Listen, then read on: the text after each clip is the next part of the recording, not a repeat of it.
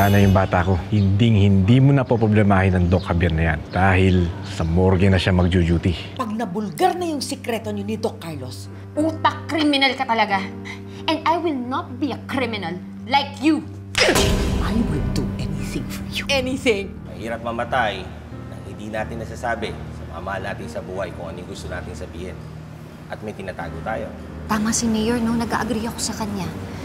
Mahirap talaga yung meron kang tinatago, lalong-lalong na yung sa mga mahal mo sa buhay. Di tama yun. Dok, hindi ka mahihirapan kung sasabihin mo yung totoo. Hindi mo magawa dahil iniisip mo lang yung sarili mo because you're selfish. Hindi mo magawa. Watch me. Doc Carlos! Si Doc Lindon, alisin niyo siya dyan! Zoe, bakit? May papatay sa kanya! Hindi nga safe sa loob! Kung ibig niyo sabihin. Hayaan niyo mga pasok! Ilalabas ko yung doktor ko! Sir, safe na safe po sa loob. Nakabantay kami. Boss, nakapwesto na ako. Ayaw mo na yan. Bilisan mo na. Boss, may babae nakaharang. Ito yung batang genius na nag-viral, boss. Patakusin mo na lang yung bala. Kopya, boss. Yan. Okay na. O, sasend ko sa'yo, mami, para pag magpo-post. Teka, check muna natin.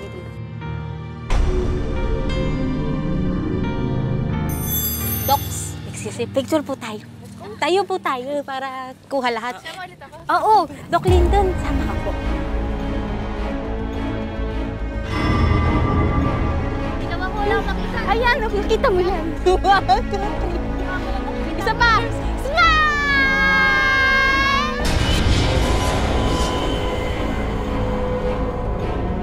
Boss, malayo po si Mayor doon sa doktor. Mamaya na lang pag magkatabi sila sa stage. Dahil sigurado pag binaril ko yung doktor, makakataka si Mayor. Ayan. Okay. Ito po. Magandang hapon sa inyong lahat. Nandito tayong lahat para parangalan ng mga taong nagpakita ng kabayanihan noong nakaraang lindol.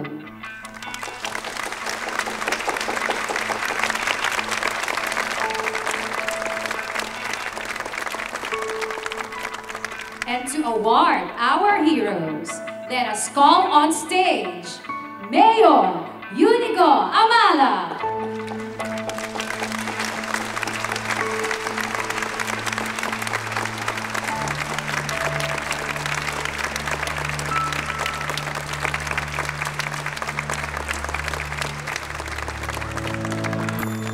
Hindi na natin ito patatagalin. Let us call our first batch of heroes. Doktora Patricia Menon.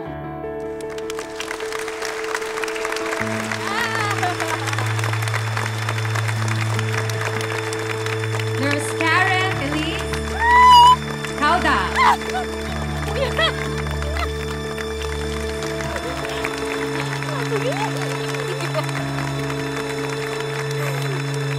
Nurse Eva Nicolas of Apex Medical Hospital.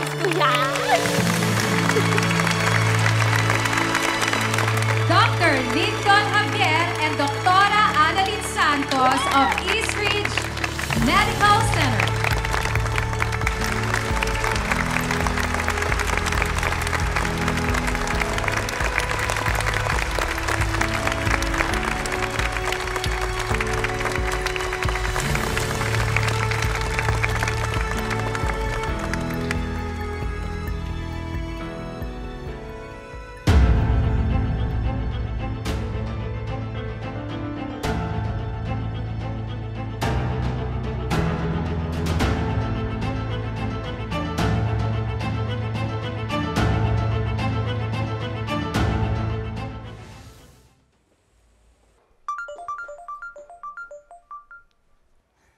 Hello, RJ.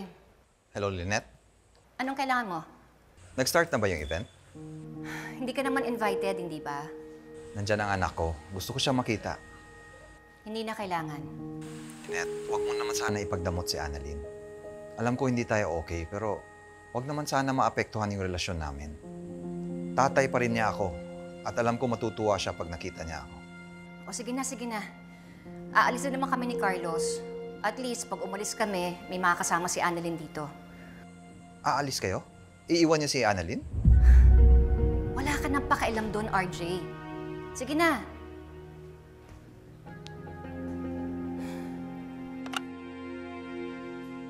Robert? Robert? Saan ka pupunta? Sa awarding na anak ko. Sige na, late na ako. What? Hindi ka pwede pumunta sa event na yun, Robert. Dito ka lang sa bahay. Ano ba, Moira? Hindi kami magkikita ni Lynette. Si Annalyn ang gusto kong puntahan.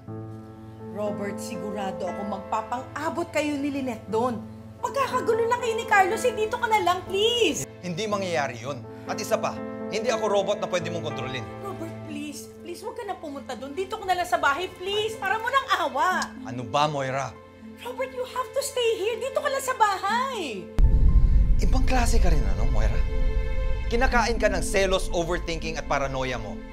But I won't let that affect my life. Robert! Robert, no! Robert, please! Robert, sandali lang! Our first awardee, Dr. Annalyn Santos of East Ridge Medical Center.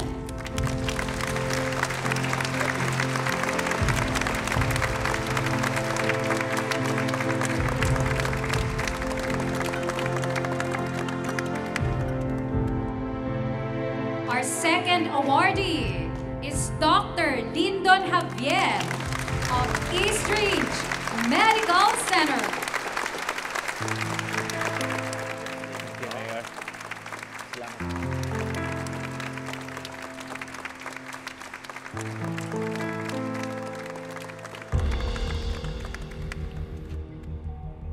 Sandali lang!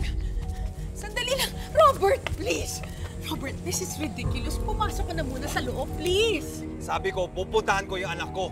Robert, please, kahit ngayon ka lang makinig sa akin, bumalik na tayo sa loob, please! Bakit ba, Moira? Ano bang ikinakatakot mo? Ano bang mangyari kapag pumunta ako dun?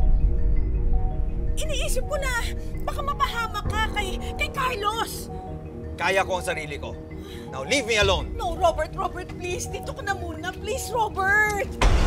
Maraming salamat sa inyo, ha? Tara tayo doon kasi alam ko nagsimula na yung recognition, eh.